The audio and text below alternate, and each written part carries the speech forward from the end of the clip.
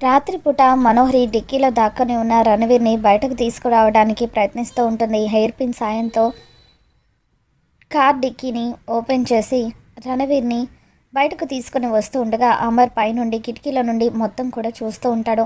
ఇదంతా చూస్తున్న చెంబ అమర్ అక్కడే ఉండి తనను గమనిస్తున్నాడన్న విషయం మనోహరికి చెప్పాలనుకుని ఎంతగానో ట్రై చేస్తూ ఉంటుంది.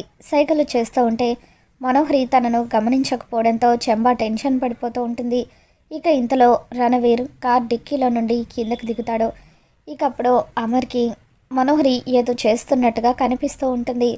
అప్పుడు అమర్ అలా మనోహరిని గమనిస్తూ ఉండగా చెంబ మనోహరికి సైగ చేస్తూ ఉంటుంది. దాంతో అమర్ తనని చూస్తున్నాడన్న విషయం గమనించిన మనోహరి రణవీర్తో మెల్లిగా, రణవీర్ అప్పుడే నువ్వు బయటకు రాకో, కాసేపు కార్ కిందే దాక్కో, నేను ఏదో ఒక విధంగా అమర్ని మాటల్లో పెడతాను, అప్పుడు నువ్వు మెల్లిగా లోపలికి వద్దు కానీ అని చెప్పి మనోహరి రణవీర్కి చెప్పడంతో సరే అని చెప్పి రణవీర్ కార్ కింద దాక్కుని ఉంటాడు. ఇక ఆ తర్వాత మనోహరి కార్ డోర్తో పాటు డిక్కీని క్లోజ్ చేసి ఏమీ తెలియనట్టుగా ఇంట్లోకి వస్తూ ఉంటే అమర్ కిందకు వచ్చి, ఏంటి మనోహరి ఈ టైంలో కార్ డిక్కీ ఓపెన్ చేస్తున్నావేంటి, అంత సీక్రెట్గా ఆ కార్ డిక్కీలో నువ్వు ఏం దాచిపెట్టావు అని అంటూ ఉంటే, ఏం లేదు అమర్, నా హ్యాండ్ బ్యాగ్ కనిపించడం లేదు, దాంతో కార్లో ఏమైనా మర్చిపోయానేమోనని మొత్తం కూడా వెతుకుతున్నాను.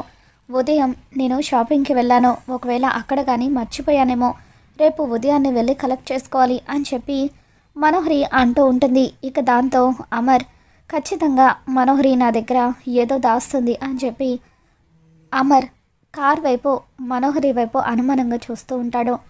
యాదమ్మ నువ్వు పడుకోకుండా ఏం చేస్తున్నావని చెప్పి అమర్ అనడంతో, ఏం లేదు సార్, ఏదో అలికిడి వినిపించింది, దాంతో ఏంటా అని నిద్రలేచి బయటకు వచ్చి చూసేసరికి ఇక్కడ మనోహరి మేడం ఉన్నారు అని చెప్పి అంటూ ఉంటుంది. నువ్వు కూడా త్వరగా వెళ్ళి పడుకో, రేపు జర్నీ చేయాలి కదా అని అమర్ అంటాడు. సరే సార్ అని చెంబ అక్కడి నుండి వెళ్ళిపోతుంది. నువ్వు కూడా వెళ్ళి పడుకో అమర్, నేను చూసుకుంటానులే అని చెప్పి మనోహరి అంటూ ఉంటుంది. తర్వాత అమర్ కూడా అక్కడి నుండి వెళ్ళిపోతాడు. అమర్ పడుకున్నాడని నిర్ధారించుకున్న తర్వాత మనోహరి మెల్లిగా రణవీర్ని తన గదిలోకి తీసుకొని వచ్చేస్తుంది. ఏంటి మనోహరి ఇది, నన్ను బయటకు తీసుకొని రావడానికి ఇంతసేపా అని చెప్పి అంటూ ఉంటే, అమర్ నన్ను ఎలా గమనిస్తున్నాడో నువ్వు కూడా చూస్తూనే ఉన్నావు కదా, పొరపాటున ఇప్పుడు నిన్ను నన్ను కలిపి చూశాడంటే ఇక అంతే సంగతులు, ఇద్దరిని కలిపి చంపేస్తాడు. అందుకే అమర్ పడుకున్నాడని కన్ఫర్మ్ చేసుకున్న తర్వాతే నిన్ను ఈ గదిలోకి తీసుకొని వచ్చాను. నువ్వు ఆ సోఫాలో పడుకో, నేను బెడ్ మీద పడుకుంటాను అని చెప్పి మనోహరి అంటూ ఉంటే రణవీర్ సోఫాలో పడుకొని ఉంటాడు. మనోహరి బెడ్ మీద పడుకొని ఉంటుంది. తర్వాత రోజు ఉదయాన్నే పిల్లలంతా కూడా ఎంతో సంతోషంగా లగేజ్ అంతా కూడా సర్దుకుంటూ ఉంటారు. అమర్ రాతోడు ఇద్దరు కూడా లాన్లో మాట్లాడుకుంటూ ఉంటారు. సార్, ఆ రణవీర్ మన ఇంట్లోనే ఉన్నాడని రాత్రి ఇన్ఫర్మేషన్ వచ్చింది, సిగ్నల్స్ కూడా మన ఇంటి నుండే వస్తున్నాయి సార్ అని చెప్పి అంటూ ఉంటే, ఇక అప్పుడు అమర్ నేను నైట్ అంతా రణవీర్ కోసం వెతికాను కానీ ఎక్కడా కనపడలేదు అని అంటూ ఉంటే, సార్ ఎందుకైనా మంచిది ఊరికి వెళ్ళే ముందు ఇల్లంతా కూడా చెక్ చేసుకొని వెళ్తే బెటర్ ఏమో అని అంటూ ఉంటే, అవును రాథోడ్ నువ్వు చెప్పింది కరెక్టే, ఆ రణవీర్ వైఫ్ రణవీర్ని ఇక్కడే దాచిపెట్టి ఉంటుంది అని చెప్పి ఆ రణవీర్ వైఫ్ లొకేషన్ కూడా ఎన్నోసార్లు మన ఇంటి నుండే చూపించింది కదా అని చెప్పి తను ఈ చుట్టుపక్కలే ఉంటూ మనల్ని గమనిస్తూ ఈ గేమ్ని ప్లే చేస్తుందని చెప్పి ఎలాగైనా సరే ఈరోజు వాళ్ళని పట్టుకోవాలని అమర్ అంటూ ఉంటాడు. మరోవైపు పిల్లలు బాగి వీళ్ళంతా కూడా రెడీ అయ్యి కిందకు వస్తారు. అప్పుడు అమర్ మీరంతా వెళ్ళి కార్లో కూర్చోండి, నేను ఇప్పుడే వస్తాను అని చెప్పి ఇంట్లోకి వచ్చి రణవీర్ కోసం మొత్తం కూడా వెతుకుతూ ఉంటాడు. మనోహరి రణవీర్ ఇద్దరు కూడా గదిలో మాట్లాడుకుంటూ ఉండగా అమర్ అన్ని గదులు చెక్ చేసి చివరిగా మనోహరి గదిలో నుండి మాటలు వినిపిస్తూ ఉండడంతో వెళ్ళి డోర్ కొడుతూ ఉంటాడు. దాంతో రణవీర్ మనోహరి ఇద్దరు కూడా టెన్షన్ పడుతూ ఉంటారు. రణవీర్ ఒక చోట దాక్కుని ఉండగా మనోహరి వచ్చి డోర్ ఓపెన్ చేస్తుంది. ఏంటమర్ నువ్వు ఇంకా ఊరికి బయలుదేరి వెళ్ళలేదా అని అంటూ ఉంటే, లేదు మనోహరి అంటూ అమర్ గదంతా కూడా వెతుకుతూ ఉంటాడు. బయటకు వచ్చి బాల్కనీలో కూడా వెతుకుతూ ఉంటే మనోహరి రణవీర్ ఇద్దరు టెన్షన్ పడిపోతూ ఉంటారు. రణవీర్ గురించి అమర్కి తెలిసిపోయిందా ఏంటి? రణవీర్ ఇక్కడే ఉన్నాడని అమర్కి డౌట్ కానీ వచ్చిందా? అందుకే ఇలా చెక్ చేస్తున్నాడా అని మనోహరి భయంతో వణికిపోతూ ఉంటే రణవీర్ డ్రెస్సింగ్ టేబుల్ దగ్గర దాక్కొని చెమటలు పడుతూ ఉంటే ఆ చెమటలను తుడుచుకుంటూ ఉంటాడు. అమర్ గదిలోకి వచ్చి మొత్తం కూడా వెతుకుతూ ఉంటాడు. ఇక ఇంతలో పిల్లలు డాడ్ త్వరగా రండి డాడ్, లేట్ అయిపోతుంది అని చెప్పి అమర్ని పిలుస్తూ ఉంటే అమర్ నువ్వు దేనికోసం వచ్చావో తెలీదు కానీ ఇక్కడ ఎవరు లేరు అమర్, కేవలం నేను మాత్రమే ఉన్నాను అని చెప్పి మనోహరి అంటూ ఉంటుంది. ఇక దాంతో అమర్ సరే మనోహరి, ఇంట్లో ఒక్కదానివే ఉంటున్నావు, జాగ్రత్త అంటూ అక్కడి నుండి వెళ్ళిపోతాడు. అమర్, బాగి, పిల్లలు, రాథోడ్ వీళ్ళంతా కలిసి రామ్మూర్తి వాళ్ళ ఊరికి బయలుదేరి వెళ్తూ ఉంటారు. అమ్మయ్య, మొత్తానికి అమర్ వెళ్ళిపోయాడు, ఇప్పుడు నువ్వు బయటకు రావచ్చు రణవీర్ అని చెప్పి మనోహరి అంటూ ఉంటుంది. రణవీర్ బయటకు వచ్చిన తర్వాత మనోహరితో మనోహరి రాత్రి నుండి ఏమీ తినలేదు, బాగా ఆకలిగా ఉంది, టిఫిన్ పెట్టు అని చెప్పి అంటూ ఉంటాడు. దాంతో ఇప్పుడు ఎవరూ లేరు కాబట్టి హ్యాపీగా నువ్వు ఇక్కడ టిఫిన్ కూడా చేయొచ్చు, పద డైనింగ్ టేబుల్ దగ్గరికి వెళ్దామని చెప్పి మనోహరి రణవీర్ ఇద్దరూ కలిసి డైనింగ్ టేబుల్ దగ్గర టిఫిన్ చేస్తూ ఉంటారు. కార్లో కొంత దూరం వెళ్ళిన తర్వాత అమర్ రాథోడ్తో రాథోడ్ ఒక్క నిమిషం కార్ ఆపు అని చెప్పి కార్ ఆపమని చెప్పిన తర్వాత ఖచ్చితంగా రణవీర్ ఇంట్లోనే ఉన్నాడు, రణవీర్కి హెల్ప్ చేసేది మనోహరి అని నా మనసుకి అనిపిస్తుంది, ఇప్పుడు వెళ్తే వాళ్ళని రెడ్ హ్యాండెడ్గా పట్టుకోవచ్చు అనుకొని రాథోడ్, బాగి, పిల్లలు వీళ్ళంతా కూడా జాగ్రత్త, నేను ఒక ముఖ్యమైన పని మీద వెళ్తున్నాను అని చెప్పి అంటూ ఉంటే ఏమండి ఎక్కడికి వెళ్తున్నారండి అని చెప్పి బాగి టెన్షన్ పడుతూ ఉంటుంది. నువ్వేం టెన్షన్ పడకు బాగి, రాథోడ్ మిమ్మల్ని జాగ్రత్తగా తీసుకుని వెళ్తాడు, సీమంతం రేపు ఉదయం కదా, రేపు ఉదయం వరకు నేను వచ్చేస్తాను అని చెప్పి అమర్ బాగీకి పిల్లలకు జాగ్రత్తలు చెబుతూ ఉంటాడు.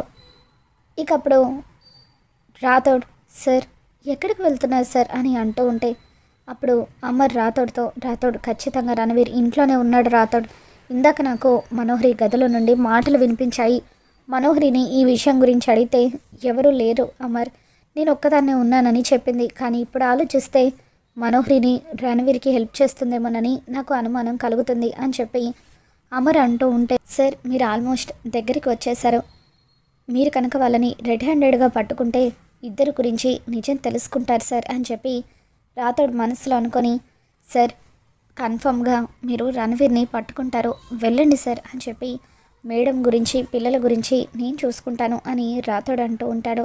ఇక దాంతో అమర్ ఇంటికి బయలుదేరి వచ్చేసరికి మనోహరి రణవీర్ ఇద్దరు కూడా డైనింగ్ టేబుల్ దగ్గర టిఫిన్ చేస్తూ ఉంటారు. అమర్ వస్తున్న విషయం తెలుసుకొని రణవీర్ అప్పటికప్పుడు ఎక్కడ దాక్కోవాలో అర్థం కాక కిచెన్లో దాక్కుంటాడో. అమర్ని చూసి మనోహరి భయపడిపోతూ ఉంటుంది. ఏంటమర్ ఊరు వెళ్లకుండా మళ్ళీ వెనక్కి వచ్చావేంటి, ఏమైనా మర్చిపోయావా అని చెప్పి మనోహరి అంటూ ఉంటే ఏం లేదు మనోహరి, క్యాజువల్గా వచ్చాను అని చెప్పి అమర్ అంటూ ఉంటాడు. డైనింగ్ టేబుల్ దగ్గర 2 టిఫిన్ ప్లేట్స్ పెట్టి ఉండడంతో ఇదేంటి 2 ప్లేట్స్ ఉన్నాయి, ఇంకొక ప్లేట్ ఎవరు తిన్నారు అని చెప్పి అమర్ అడగడంతో అప్పుడు మనోహరి నేనే అమర్, అంటే ఒక ప్లేట్ తీసుకువచ్చేసరికి అనుకోకుండా టిఫిన్ కింద పడిపోయింది, దాంతో మరొక ప్లేట్లో టిఫిన్ పెట్టుకున్నాను అంతే, అంతకు మించి ఏమీ లేదు అని మనోహరి అంటూ ఉంటుంది. మనోహరి మాటలో తడబాటు, మొహంలో కంగారు ఇదంతా కూడా అమర్ గమనిస్తూ ఉంటాడు. రణవీర్ చెప్పులకున్న మట్టి కిచెన్లో అమర్కి కనిపిస్తూ ఉంటుంది. రణవీర్ కిచెన్లోనే దాక్కుని ఉన్నాడన్న విషయం తెలుసుకొని అమర్ కిచెన్లోకి వెళ్ళి రణవీర్ని రెడ్ హ్యాండెడ్గా పట్టేసుకుంటాడు. రేయ్ ఇక్కడ నక్కావా అని చెప్పి అమర్ రణవీర్ని చితక్కొడుతూ తన టీంకి ఫోన్ చేసి పిలుస్తూ ఉంటాడు. ఇక అప్పుడు రణవీర్ మర్యాదగా నన్ను వదిలేసే అమర్, లేకపోతే ఈరోజు నిన్ను చంపేస్తాను అని అంటూ ఉంటాడు. మనోహరి నువ్వే కదా ఈ రణవీర్కి హెల్ప్ చేసింది, నువ్వు హెల్ప్ చేయబట్టే ఇంత ఈజీగా ఇతను ఇంట్లోకి రాగలిగాడు అని చెప్పి అమర్ అంటూ ఉంటాడు. ఇక దాంతో మనోహరి లేదమర్ నేనేమీ హెల్ప్ చేయలేదు అని అంటూ ఉంటే మర్యాదగా నిజం చెప్పురా, నీకు హెల్ప్ చేసింది మనోహరినే కదా, ఆ బాంబు ఎక్కడ దాచిపెట్టావు అని అమర్ అడుగుతూ ఉంటాడు. చూడమర్ మర్యాదగా నన్ను వదిలేయకపోతే ఆ బాంబు పేల్చేస్తాను, ప్రస్తుతం ఆ బాంబు ఈ ఇంట్లోనే ఉంది అని చెప్పి నువ్వు ఎంతో కష్టపడి కట్టుకున్న ఈ ఇల్లు నీ కళ్ళ ముందే ముక్కలైపోతుంది అని చెప్పి రణవీర్ అమర్ని బెదిరిస్తూ ఉంటే, నీ బెదిరింపులకు భయపడే రకాన్ని కాదురా నేను, నీలాంటి వాళ్ళను ఎంతోమందిని చూశాను అని చెప్పి ఇండియన్ ఆర్మీ పవర్ అంటే ఏంటో ఈరోజు నీకు చూపిస్తాను, బాంబ్ బ్లాస్ట్ చేసి మనుషుల ప్రాణాలు తీయాలని చూస్తావా అంటూ అమర్ రణవీర్ని చితక్కొడుతూ ఉంటాడు. ఇక అప్పుడు బాగీ కడుపులో ఉన్న బేబీ బాగీతో, అమ్మ నాన్న ప్రమాదంలో ఉన్నారు, ఎలాగైనా సరే నాన్నను కాపాడమ్మా అని చెప్పి మాట్లాడుతూ ఉంటే, అప్పుడు బాగీ రాథోడ్ ఒక్క నిమిషం కారు ఆపు, వెంటనే కారు ఇంటికి పోనివ్వు, ఆయన ప్రమాదంలో ఉన్నారు పాప చెప్తుంది అని అంటూ ఉంటుంది. దాంతో రాథోడ్ మిలిటరీ టీంకి ఫోన్ చేసి అమర్ ఇంటికి త్వరగా రమ్మని ఇన్ఫర్మేషన్ ఇస్తాడు. బాగీ పిల్లలు రాథోడ్ వీళ్ళంతా వచ్చేసరికి అమర్ దగ్గర నుండి గన్ లాక్కొని రణవీర్ అమర్కి గన్ గురి పెడతాడు.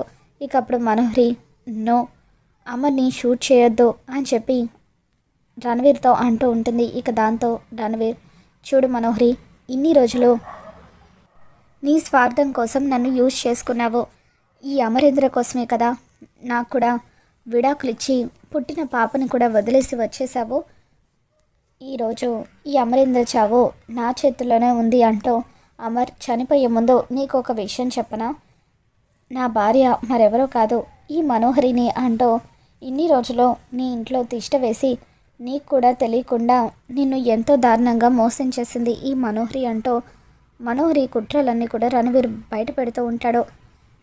ఈరోజు నిన్ను చంపేస్తాను, లేకపోతే నువ్వు నన్ను బతకనివ్వవు అంటూ రణవీర్ అమ్మని షూట్ చేయబోతూ ఉండగా ఇక అప్పుడే అక్కడికి బాకీ వస్తుంది. ఒక్కసారిగా ఫ్లవర్ వాస్ తీసుకొని రణవీర్ చేతి మీద ఫ్లవర్ వాస్తో కొట్టడంతో రణవీర్ చేతిలో ఉన్న గన్ కింద పడిపోతుంది. దాంతో అమర్ ఆ గన్ తీసుకొని రణవీర్కి గురి పెడతాడు. రే, నువ్వు నన్ను చంపడం కాదురా, ఈరోజు మీ ఇద్దరి చావు నా చేతిలోనే ఉంది, నువ్వు 6 స్నేహితురాలనని చెప్పుకుంటూ నన్ను ఇంత దారుణంగా మోసం చేస్తావా అంటూ అమర్ మనోహరి కూడా గన్ గురి పెడతాడు.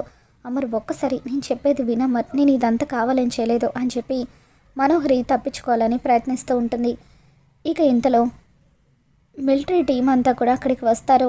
వాళ్ళంతా కూడా రణవీర్ని చుట్టుముడతారు. ఇక అప్పుడు అమర్ వీళ్ళిద్దరిని కూడా అరెస్ట్ చేయండి అని చెప్పి అంటూ ఉంటే మిలిటరీ వాళ్ళు రణవీర్ని మనోహరిని అరెస్ట్ చేసి తీసుకెళ్ళిపోతూ ఉంటారు. తర్వాత బాకీ అమర్ దగ్గరికి పరిగెత్తుకుంటూ వచ్చి, ఏమండి మీకేమీ కాలేదు కదా అని అంటూ ఉంటే, లేదు బాగీ, నాకు ఏమీ కాలేదు, అవును మీరు ఊరు వెళ్లకుండా మళ్ళీ ఎందుకు వెనక్కి వచ్చారు, మిలిటరీ ఫోర్స్ని ఎవరు పిలిచారు అని చెప్పి అమర్ అడుగుతూ ఉంటే, అప్పుడు నేనే మన టీంకి ఫోన్ చేసి రమ్మని చెప్పాను సార్, మిస్సమ్మ కడుపులో ఉన్న బేబీ మీరు ప్రమాదంలో ఉన్నారని మిస్సమ్మకు చెప్పిందట అని అంటూ ఉంటే ఇక అప్పుడు అమర్ బాకీ చెప్పిన మాటలకు ఒక్కసారిగా షాక్ అవుతూ ఉంటాడు. మరి రాబోతున్న ఎపిసోడ్లో ఏం జరగబోతుందో మళ్ళీ మన ఛానల్లో తెలుసుకుందాం. ఈ వీడియో మీకు నచ్చినట్లయితే తప్పకుండా లైక్ చేయండి.